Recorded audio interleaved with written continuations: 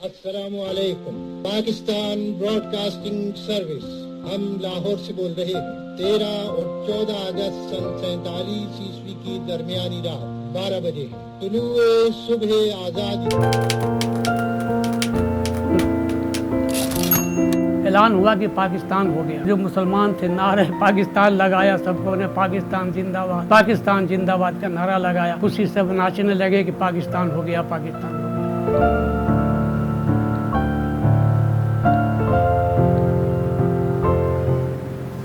मैं अब्दुल रहीम सूबा बिहार, ज़िला आरा के रहने वाला हूँ। गांव का नाम चंदवा है। मेरी पैदाइश 1931 की है।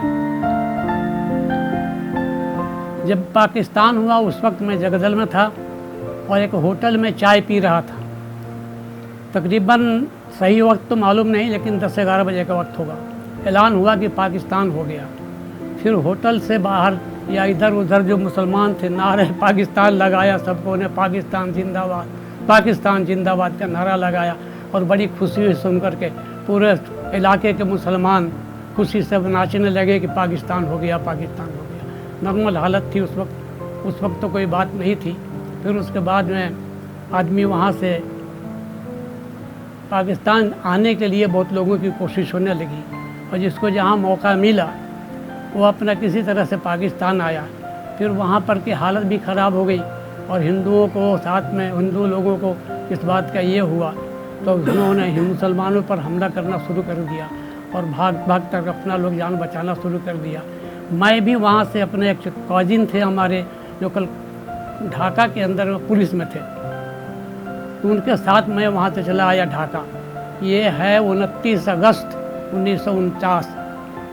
आज़ादी के लिए कायदे आज़म ने हिंदुस्तान के पूरे मुसलमान को इकट्ठा किया था, और मुसलमान बिल्कुल जान और जखब से बिल्कुल तैयार थे, और हर कदम पर वोट का साथ में दिया वहाँ पर, जिसकी वजह से पाकिस्तान अल्लाह ताला की रहमत और कायदे आज़म की जद्दोजहद से पाकिस्तान बनने के बाद तो बन गया, आज़ाद तो हो गए, लेकिन वहाँ के मुसलमान जो अक़लियत में थे, ख़ुसूसन बिहार में तो बहुत ही अक़लियत, मेरे अंदाज़ा है कि 5-6% से ज़्यादा नहीं होंगे। तो अब वहाँ पर लोगों को राइट शुरू हुआ। जब राइट शुरू हुआ तो सब कोई अपना जान बचाने के लिए इधर, क्योंकि हर जगह मुकाबला नहीं कर सकते थे, बहुत कम लोग मुसलमान थे। ख़ास करके पटना में बहुत ज़्यादा कत्लेआम हुआ। मुकाबला तो हुआ, लेकिन कत्लेआम बहुत ज़्यादा मुसलमानों को हुआ, बहुत ही कत्लेआम हुआ। यहाँ तक कि औरतें अपनी इज़्ज़त बचाने के लिए 5-5, 8-8 औरतें कुएँ में जंप करके अपनी इज़्ज़त बचाई, मर गई उसी में डूब करके, लेकिन बचाई कोशिश की। फिर उसके बाद में लोगों को ये हुआ कि अब इस मुल्क में रहने का लायक नहीं, यहाँ से हिजरत करना चाहिए पाकिस्तान, क्योंकि कायदे आज़म का भी ये था कि यूपी सीपी के तरफ पंजाब लोग जाएंगे और बिहार से बंगाल के लोग ईस्ट पाकिस्तान जाएंगे। करीबन 19 साल के अंदर सबों ने अपना मकान बना लिया था मशरिकी पाकिस्तान में। अपना सब जगह, मैं तो ढाका में था, लेकिन हर जगह लोग नौकरी मुलाजमत कर के सेट हो गए थे। सब लोगों ने अपना घर मकान बना लिया बाल बच्चा लेके। लेकिन फिर दोबारा जब बांग्लादेश बना तो हमारे साथ वही हसूक हुआ जो इंडिया हिंदुस्तानों ने किया था। बंगालियों ने भी उससे भी बुरा असर किया इन्होंने। ढाका के अंदर में जो कत्लेआम हुआ, मैंने अपने आँखों से देखा। तो वहाँ पर नदियाँ बह रही थी। उस वक्त मैं भी मीरपुर में घेरे में था। पकड़ के लोग एक वहाँ पर कुआँ बनाया था लोग जब्ह करने के लिए, मुसलमानों को पकड़ के जब्ह करके उसमें डाल देता था।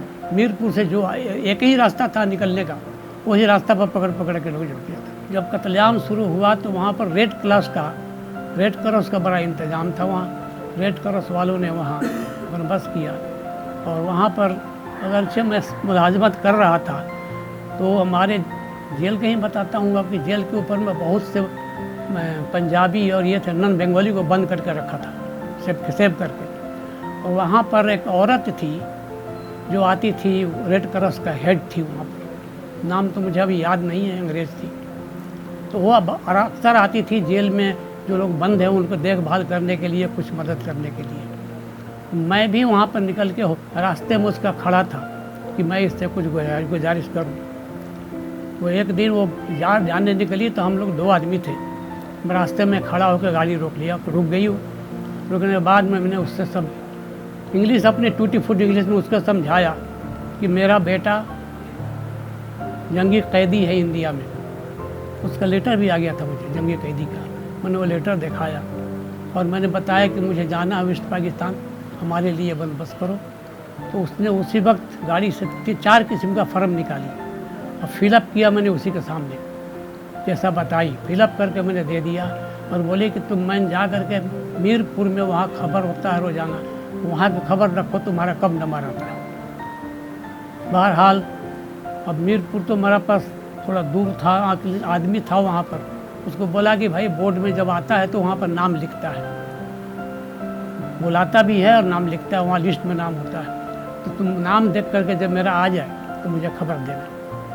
उस वक्त मैं ढाका शहर में था, क्वार्टर किराए का लिया था वहाँ पर। वहाँ से जब उन्होंने आके मुझे खबर दिया करीबन सुबह फजर के वक्त, तो उन्होंने खबर दिया तो मैंने वहाँ से अपना जो कुछ था घर में जो कुछ सब छोड़ करके, कुछ भी नहीं लिया, वहाँ भी छोड़ करके सब इस तरह से, और फिर कैंप में आ गया। और मीरपुर कैंप के लिए गाड़ी थी, उस पर चढ़ करके हम लोगों यहाँ पर किलो कैंप आ गया। किलो कैंप वहाँ पर सबको जमा कर रहा था और वहाँ पर करीबन 2 हफ्ता रहने के बाद ऐलान हुआ, नंबर आया तो ऐलान हुआ आने के लिए। और उस वक्त बताया गया कि भाई अपने अपने गाड़ी में चढ़ो। और गाड़ी में चढ़ के मैं आना चाहता था कराची, लेकिन गाड़ी थी लाहौर की। उसी पर जहाज़ पर चढ़ करके मैंने वहाँ से, ये तकरीबन 29 तारीख थी रमज़ान की 1973 की, मैं रवाना हुआ वहाँ से और वहाँ पंजाब आया, लाहौर में उतरा। वहाँ पर बड़े इज़्ज़त से हम लोगों को वहाँ पर खातिर तवज्जो की गई और वहाँ पर फिर हम लोगों को ले जाके एक जगह कैंप में रखा गया। खाने पीने का बंदोबस्त वहाँ होता रहा, सारे लोग वहाँ जमा हुए, करीबन 70 फैमिली इकट्ठा किया। आज़ादी की अहमियती की वजह से हम लोगों ने उस मुल्क को छोड़ा, सिर्फ पाकिस्तान के नाम पर, पाक वतन पर आने के लिए, पाक जगह पर आने के लिए, जहाँ पर एक इस्लाम का किला होगा, वहाँ पर हम जा कर के अपने आज़ादी के साथ अपने जज्बात और अपने मजहब को वहाँ पर पालन कर पूरा कर सकेंगे। इस जज्बात से हम लोगों ने सब कुछ छोड़ करके हिंदुस्तान में सारे जायदाद छोड़ा, बांग्लादेश में सारे कुछ छोड़ करके जान बचा करके यहाँ पाए, सिर्फ पाकिस्तान के जज्बात था।